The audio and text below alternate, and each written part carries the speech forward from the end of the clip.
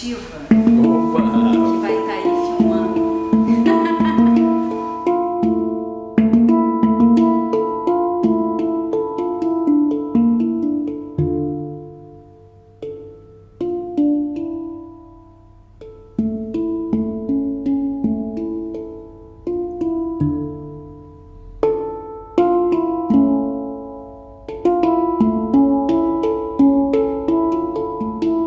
Bolso é uma ideia muito antiga em que os artistas produzem o seu próprio trabalho, ou seja, tiram do próprio bolso a produção para executar a sua criação artística. Isso pode acontecer com um artista célebre ou com um artista, vamos dizer, anônimo. O teatro do bolso pode ser um teatro feito dentro de um teatro de pesquisa, um teatro experimental, ou um teatro do bolso também pode acontecer de um artista tá dentro do que a gente chama de teatro comercial, mas ele não tem nenhuma firma, nenhuma empresa que o está apoiando, ele está tirando aquilo do bolso, que na realidade, o teatro do bolso é o que nós fazemos aqui no Criatório, dentro dessa categoria de teatro, vamos dizer, experimental.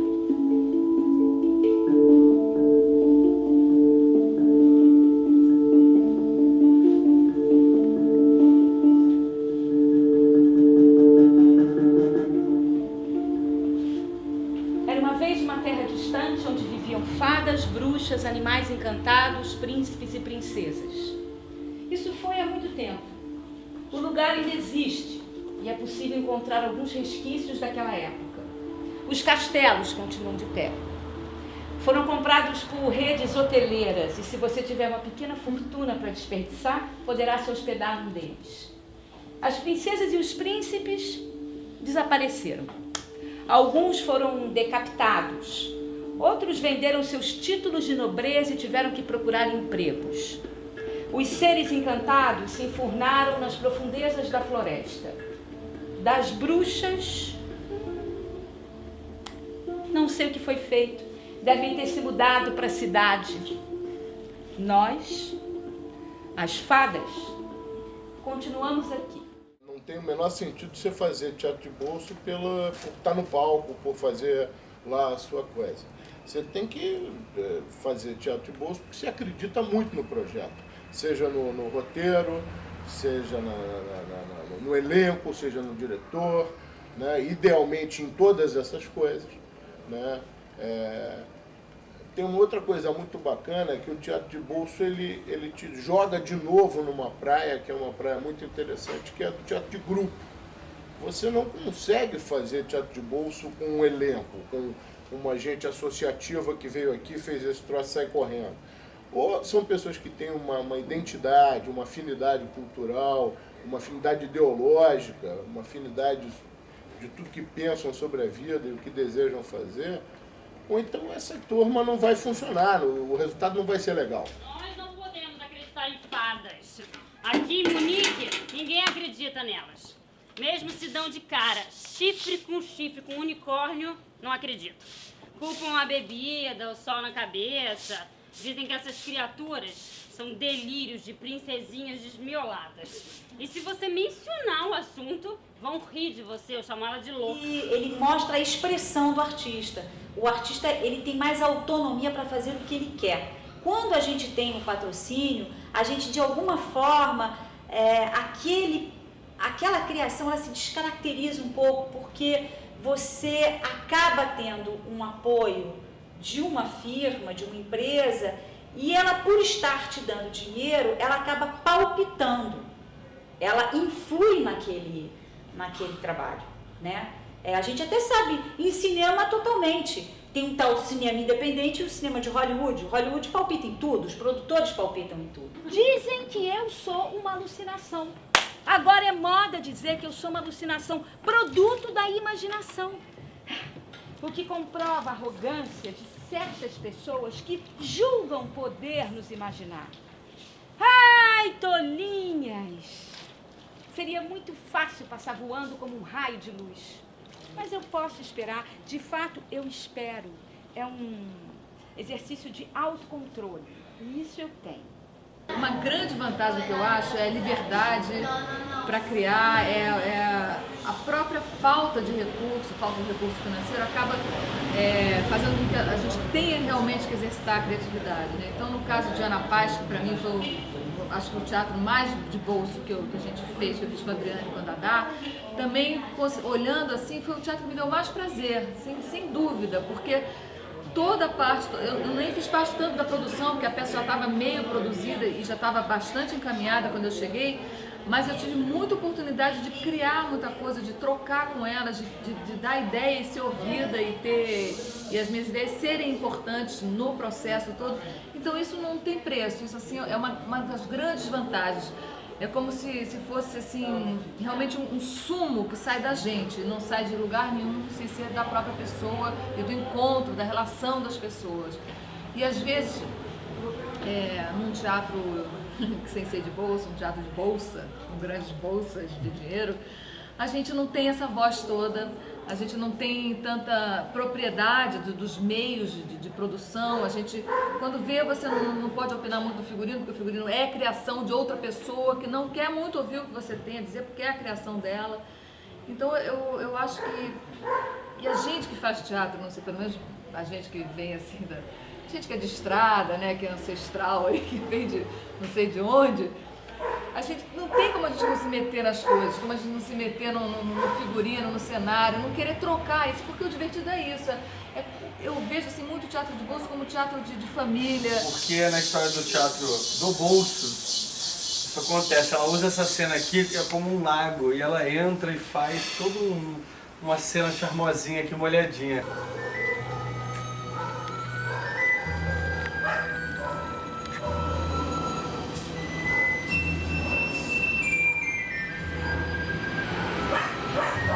Só que esse tanque tá um nojo de água podre, eu vou desentupir aqui pra ela poder tomar um banhozinho decente aqui.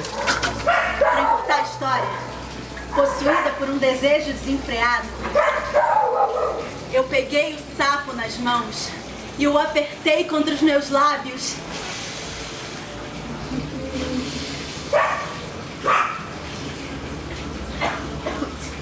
É verdade que falam do gelado, da gosma e da pele pegajosa.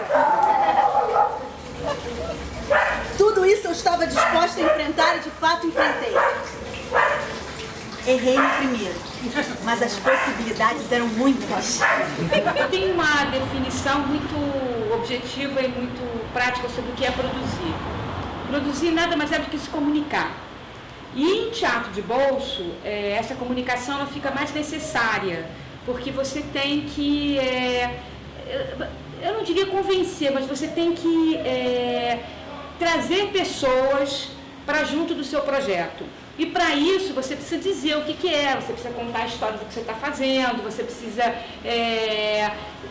inventar possibilidades de trocas. Exemplos, assim, aqui no Criatório, quando a gente foi produzir a correspondência secreta, eu precisava de alguns apoios, do tipo, para fazer um banner aqui para fora para divulgar. Então você liga para o Mundo Alfa, você conta a história do seu projeto, você diz o quanto o seu trabalho é legal, e aí o Mundo Alfa te dá isso de graça e você bota o seu banner aqui, você bota a logomarca do Mundo Alfa. E assim vai. A gente precisava de um bolo. Tem uma cena de uma das personagens que tem um bolo. Então você liga para a casa da Tata, você conta a sua história, você diz o que é o seu trabalho, você pede que eles te deem um bolo. Aí eles dão um bolo, você bota a logomarca deles. Então assim, o teatro de bolso ele precisa, mais do que tudo, que você realmente tenha uma grande capacidade de comunicação e possa e consiga trazer parceiros, colaboradores, pessoas interessadas que te ajudem a realizar uma ideia, um espetáculo de teatro que a princípio não tem um patrocinador. Essa é a minha função, além da função de atriz, é um pouco a minha função aqui dentro do Teatro das Possibilidades e especialmente nesse trabalho que a gente faz agora, que é a correspondência secreta. Que crime cometi? Respostas escusas de um soldado hesitante, forte, valente, mas não bastante. Cala-te, corra! Corri, que corri, que corri, pela noite fria da Floresta Negra. Desmaiei ao dormir. A sua mãe está oferecendo uma fortuna pela sua cabeça, mas você não está nem aí, pois estes homens a protegem. É verdade isso, Branca? Entre 3 madames e um bando de anões, eu fico como estou. Eu cheguei nesse texto totalmente por acaso. Eu estava procurando um livro na casa do meu pai, e aí é uma biblioteca muito grande, e aí eu cheguei nesse livro, achei a capa muito bonita, peguei o livro porque achei que minha filha ia gostar muito, e na realidade eu é que amei o livro. Eu cheguei em casa, fiquei tão curiosa com o livro e acabei lendo. E como o grupo que a gente trabalha, que é o Teatro das Possibilidades, tem muitas atrizes jovens, eu percebi que ali havia um material muito interessante para ser feito em teatro.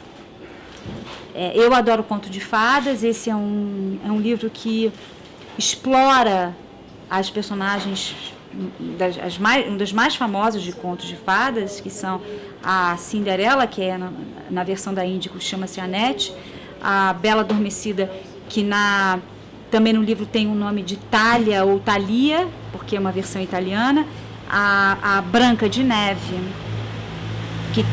que é o mesmo nome, Branca, e tem uma fada, que é a Gwynfor, e elas trocam uma correspondência, que essa fada é que leva a correspondência uma para outra. E eu tinha muita vontade de trabalhar com carta em teatro, não tinha trabalhado ainda, e eu fiquei apaixonada, porque é um conflito de jovens, todas as questões de jovens, mocinhas, do amadurecimento, ela coloca na boca dessas personagens. E desromantiza no sentido de tirar toda aquela coisa de jovem sonhadora, sem problema, mas ela coloca assim as frustrações, os medos, as dificuldades, os limites. E eu me apaixonei por esse texto. Escolhi algumas cartas, que não dá pra gente botar todas, e aí assim fiz esse espetáculo muito pensando não só na minha época de adolescente, como na época atual em que a minha filha está vivendo.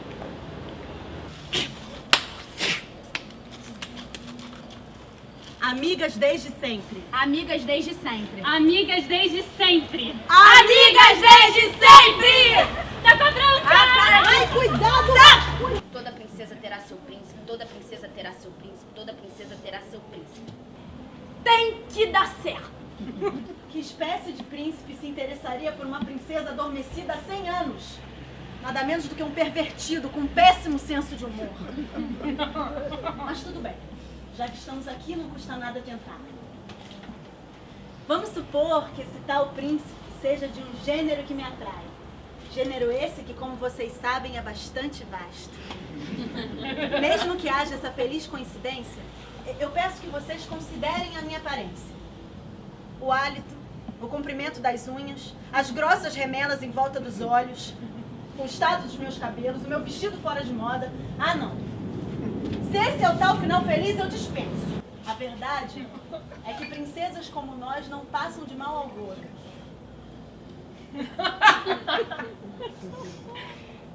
Eu não posso mais me dar o luxo de acreditar em lorotas de cândidas princesinhas esperando o príncipe. Eu tenho meus dias contados, então sabe-se lá o que será de mim. Esperei durante 16 anos e veja onde eu cheguei. Quanto ao seu comentário, que toda princesa terá seu príncipe, saiba que eu os troquei por sapos. Aspectos positivos é que você, muitas das vezes que você não tem, né, grana para bancar um trabalho, você vai ter que criar uma condição para fazer o seu teatro. Ele acaba sendo tão carregado de você, artista, sabe? Cria-se uma condição tão pessoal, tão afetiva com aquilo, que eu acho muito difícil que esse tipo de teatro não toque as pessoas. Quando de repente o recinto foi invadido por um bando de vândalos. Até aí, normal, né? Nem me virei pra ver. Quer dizer, virei sim. E vi o que meus olhos não poderiam acreditar. De arco e flecha nas costas e o corpo coberto de lama. Robin Hood, seus homens! E a minha experiência aqui tem sido essa, assim, junto da correspondência secreta, já ensaiando há mais de um ano, mais de 2 anos, né, Dada? A gente começou a ensaiar esse trabalho em abril de 2009. Sim, não foi? Exatamente. Abril de 2009. Quando tem aquela máxima que diz que quando você não tem dinheiro, você tem que ter tempo, né? Se você não tem o dinheiro, de alguma maneira, ele talvez acelere um processo, né? O dinheiro, ele substitui um pouco o tempo. Quando você não tem dinheiro, portanto, você tem que ter mais tempo. Para os horários de ensaio, eles se encaixam, tem que se encaixar dentro da vida de todo mundo. Você tem que ter uma boa ideia, e para ter uma boa ideia você precisa de mais ensaio, enfim, acaba sendo processos mais longos, né? E eu acho que tem essa característica muito pessoal mesmo, assim, a gente tá aqui de corpo e alma, assim, entregue, não tem meio termo, porque a gente só tá aqui porque a gente quer estar aqui. Exatamente. Eu vim parar aqui depois, eu entrei depois, eu não comecei a ensaiar em abril, eu comecei em Na verdade, setembro. Você entrou para fazer uma substituição. Não, você entrou para fazer assistência de direção da Adriana. Lá no começo. Na época que a gente estava finalizando a versão que foi apresentada no Casarão Austragésilo Ataíde. Aí a Carol entrou para fazer uma assistência para Adriana. E aí, aqui, durante a temporada aqui do Criatório, né, houve necessidade de uma substituição e a Carol entrou para fazer como atriz. E tem a ver com o tempo também, mas eu acho que o tempo em outro sentido. Diferente do que vocês estavam falando. No sentido de você poder tomar o tempo que você acha adequado para realizar um trabalho. Porque eu sinto que hoje em dia tudo é muito corrido. As pessoas precisam fazer as coisas o mais rápido possível, otimizar e serem eficientes. E eu acho que a arte não tem tanto a ver com essa eficiência temporal. Ela tem a ver com uma dedicação e com a possibilidade de ter um pouco do ócio mesmo, no sentido de poder discutir sobre o que está sendo feito, de poder tentar errar, acertar, mudar a direção. E nesse trabalho, para mim está sendo muito legal, porque essa ideia de fazer em vários formatos me permite olhar para o personagem de diversas maneiras diferentes, assim, eu vejo, e é legal ver também o crescimento dentro de um mesmo trabalho, né, em cima de um mesmo texto, ao longo do tempo, que eu acho que é uma coisa que com o teatro patrocinado muitas vezes não é possível. Desde cedo eu aprendi isso, assim, que eu não preciso depender muito dos outros para fazer as minhas coisas. O Teatro do Bolso, ele, de alguma maneira, ele nos ensina isso, né? Que quando a gente tem perseverança, quando a gente se dedica, a gente pode dar conta das nossas ideias, da nossa necessidade de expressão, sem precisar. Então, o que acontece hoje em dia? Você tem uma demanda enorme de pessoas querendo produzir teatro, você tem uma demanda enorme de projetos pleiteando patrocínio, você tem uma verba que é pequena, e se você não tem acesso àquilo, você vai ficar em casa de braço cruzado sem fazer? Quando foi em julho do mesmo ano, 2010, tive a felicidade de receber o convite pela porta-voz do grupo, que é a Diana, que está sempre me ligando, faz esses convites maravilhosos. Pensei 2 vezes, falei, na verdade, estou precisando realmente, né, começar a mostrar com a minha cara de profissional realmente ter conta regragem. E está sendo uma experiência fantástica, muito boa. Estou com ela aqui pela 2ª vez hoje, né, com esse trabalho praticamente quase que encerrando, né, a peça. E está sendo muito bom, satisfatório. Então, uma ideia me ocorreu.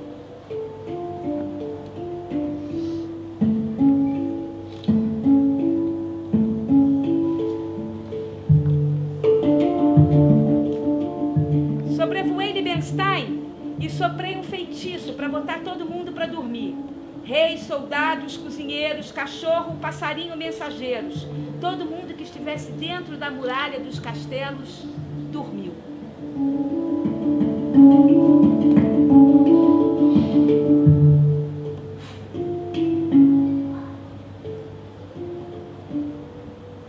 Hoje eu percebo que dormir por 100 anos não é lá grande consolo. Mas, na época, era isso ou nada. A gente tem realmente uma expectativa em fazer um trabalho de pesquisa e mostrar esse trabalho para o público, porque teatro, na verdade, envolve duas atividades, a atividade de fazer e a atividade de ver. Se não existir essa atividade de ver, o teatro não faz o menor sentido. Então eu acho o teatro de bolso assim, fundamental, ele tem que existir, mas eu fico muito a pena de ver um trabalho como esse aqui, que eu acabei de ver agora, que com tanto requinte de artístico, com tanta dificuldade para se divulgar, para chegar às outras pessoas, para atingir mais gente. E aí isso dá pena. Realmente, ele de bolso teria que ganhar uma grande bolsa para poder ir para muita gente.